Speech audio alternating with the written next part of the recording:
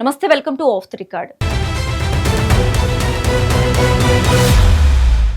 అడకత్తిలో పోకుచెక్కల ఇప్పుడు దేశ రాజకీయ వ్యూహ సంస్థ ఐపాక్ పరిస్థితి తయారైంది. ఒకప్పుడు పార్టీల గెలుపులో కీలక పాత్ర పోషించిన ఈ సంస్థ ఇప్పుడు ఓటములకు కేర్ ఆఫ్ అడ్రస్ గా మారుతుందా? ఢిల్లీ నుంచి గల్లీ దాకా ఒకప్పుడు చక్రం తిప్పిన ప్రశాంత్ కిషోర్ సృష్టించిన ఈ వ్యవస్థ ఇప్పుడు 5 రాష్ట్రాల ఎన్నికల ఫలితాలతో కుదేలైందా?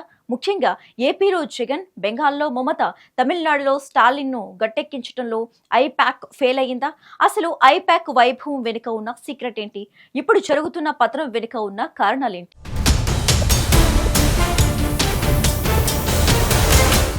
రాజకీయ తెరపై ఒక వెలుగు వెలిగిన ఐపాక్ పని ఇక ప్యాకప్ అయినట్లేనా అంటే అవుననే సమాధానాలు బలంగా వినిపిస్తున్నాయి. ముఖ్యంగా దేశవ్యాప్తంగా వెలువడిన 5 రాష్ట్రాల ఎన్నికల ఫలితాలు ఈ వ్యూహ బృందాన్ని కోలుకోలేని దెబ్బతీశాయి. గతంలో ఏ పార్టీకి ఐపాక్ మద్దతు ఉంటే ఆ పార్టీదే విజయం అన్నంతగా పేరు సంపాదించుకుంది. కానీ కాలక్రమేణా ఆ సంస్థ తన పట్టును కోల్పోతూ వస్తుంది. ప్రజల నాడిని పట్టుకోవడంలో ఈ టీం ఘోరంగా విఫలమవుతుందని తాజా ఫలితాలు నిరూపించాయి.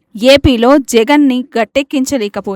అందని ద్రాక్ష పుల్లన అన్నట్లు ఒకప్పుడు అద్భుతాలు చేసిన ఈ సంస్థ ఇప్పుడు ఫలితాలను రాబట్టలేక వెనుకబడిపోయింది. క్షేత్రస్థాయిలో పరిస్థితులు మారుతున్నా పాత పద్ధతులతోనే ముందుకు వెళ్లడం ఆ సంస్థకు శాపంగా మారింది. ఇప్పుడు రాజకీయ వర్గాల్లో ఐపాక్ ప్రభావం తగ్గిందన్న చర్చ జోరుగా సాగుతుంది. అనుకున్నది ఒకటి, అయినది ఒకటి అన్నట్లుగా ఈ వ్యూహాలన్నీ తలకిందులయ్యాయి.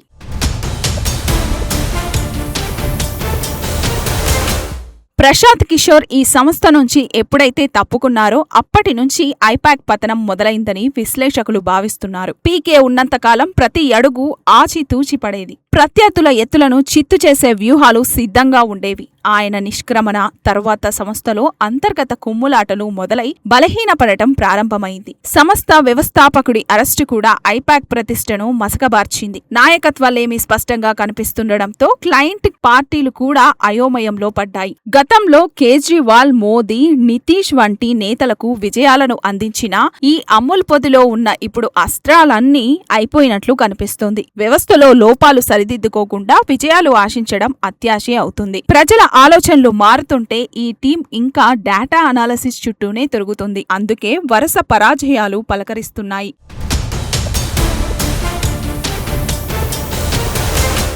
ఒకప్పుడు ఐపాక్ పేరు వింటేనే ప్రత్యర్థి పార్టీలో వణుకు పుట్టేది. 2014 ఎన్నికలను మొదలుకొని దాదాపు దశాబ్దం పాటు భారత రాజకీయాలను శాసించింది ఈ సంస్థ.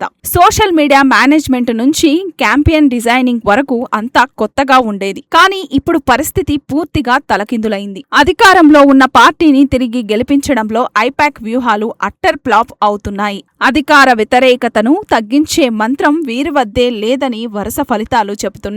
తెలంగాణలో కేసీఆర్ విషయంలో కానీ, ఏపీలో జగన్ విషయంలో కానీ ఇదే స్పష్టమైంది. చెరువు ఎండిపోతే కప్పలకు గతి లేదు అన్నట్టుగా సంస్థలో పస తగ్గడంతో విజయాలు కూడా దూరమయ్యాయి. పాత విజయాలనే సాకుగా చూపిస్తూ కొత్త రాష్ట్రాల్లో పాగా వేయాలని చూసినా ఫలితం లేకుండా పోయింది.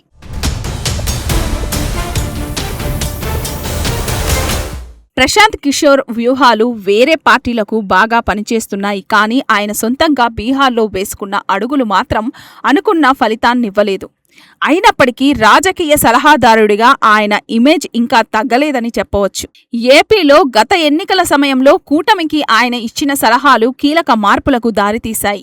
ఐపాక్ మాత్రం ఇంకా పాత పద్ధతులతో జగన్మోహన్ రెడ్డిని నమ్ముకొని ఉంది. కానీ తాజా 5 రాష్ట్రాల ఫలితాలు చూశాక జగన్ కూడా పునరాలోచనలో పడ్డట్లు వార్తలు వస్తున్నాయి. ఇప్పటికే ఐపాక్ ను అంటిపెట్టుకుని ఉండటం వల్ల ప్రయోజనం లేదని ఆయన గ్రహించినట్లు సమాచారం. మంత్రాలకు చింతకాయలు రాలవు అన్న సామెత చందంగా కేవలం ఐపాక్ వ్యూహాలతోనే గెలుస్తామనుకోవడం పొరపాటని తేలిపోయింది. క్షేత్రస్థాయిలో ప్రజాభిప్రాయం వేరుగా ఉందని ఈ ఫలితాలు కళ్లు తెరిపించాయి. ఇకనైనా స్వయంగా రంగంలోకి దిగితేనే మనుగడ ఉంటుందని నేతలు భావిస్తున్నారు.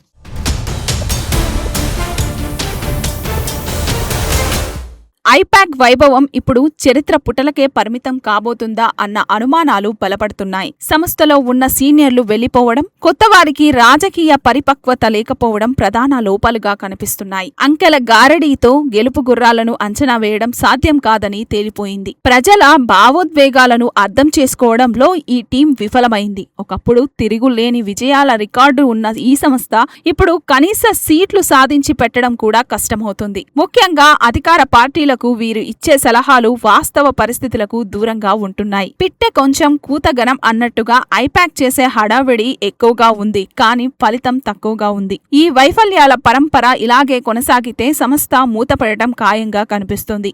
ఇప్పటికే అనేక పార్టీలు ఐపాక్ ఒప్పందాల నుంచి తప్పుకోవాలని చూస్తున్నాయి.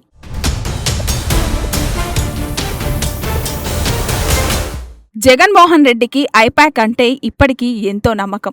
గతంలో తనకు అఖండ విజయాన్ని అందించిన సంస్థ కావడంతో ఆయన దానిని వదులుకోలేకపోతున్నారు. కానీ ప్రస్తుత రాజకీయ పరిస్థితులు గతంతో పోలిస్తే పూర్తిగా మారిపోయాయి. ప్రత్యర్థులు కూడా వ్యూహ ప్రతివ్యూహాల్లో రాటు తేలారు. ఐపాక్ ఇచ్చే నివేదికల కంటే ప్రజల ఆక్రోశం ఎక్కువగా ఉందని ఫలితాలు వెల్లడిస్తున్నాయి. ఇప్పుడు 5 రాష్ట్రాల్లో వచ్చిన చేదు అనుభవాలు జగన్ నిర్ణయాన్ని మార్చేలా ఉన్నాయి. ముందు 1000 మైళ్ళ ప్రయాణమైన మొదటి అడుగుతోనే మొదలవుతుంది, కానీ ఐపాక్ ఆ మొదటి అడుగులోనే తడబడుతుంది. సరైన దిశానిర్దేశం లేని వ్యూహాలు ఎంతటి బలమైన నేతనైనా దెబ్బతీస్తాయి. అందుకే ఇకనైనా ఆ సంస్థను పక్కన పెట్టి సొంత బలంపై ఆధారపడటం మంచిదని అనుచరులు సూచిస్తున్నారు.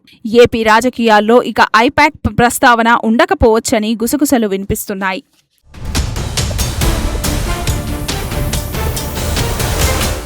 మొత్తానికి భారత రాజకీయాల్లో ఒక విలక్షణమైన ముద్ర వేసిన ఐపాక్ ఇప్పుడు నిష్క్రమణ దిశగా వెళ్తుంది. వ్యూహకర్తల అవసరం పార్టీలకు ఉన్నా అవి వాస్తవానికి దగ్గరగా ఉండాలి తప్ప భ్రమల్లో ఉంచేలా ఉండకూడదు.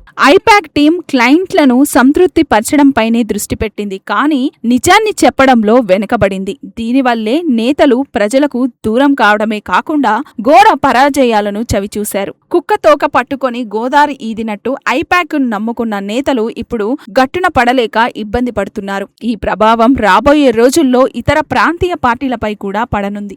రాజకీయాల్లో శాశ్వత శత్రువులు మిత్రులు ఉండరు, అలాగే శాశ్వత వ్యూహాలు కూడా ఉండవని ఐపాక్ పతనం నిరూపించింది. ఇక వ్యూహకర్తల యుగం ముగిసి మళ్లీ ప్రజల యుగం మొదలైందని స్పష్టమవుతుంది. ఐపాక్ చాప్టర్ ఇక క్లోజ్ అయినట్టేనని విశ్లేషకులు తేల్చి చెబుతున్నారు.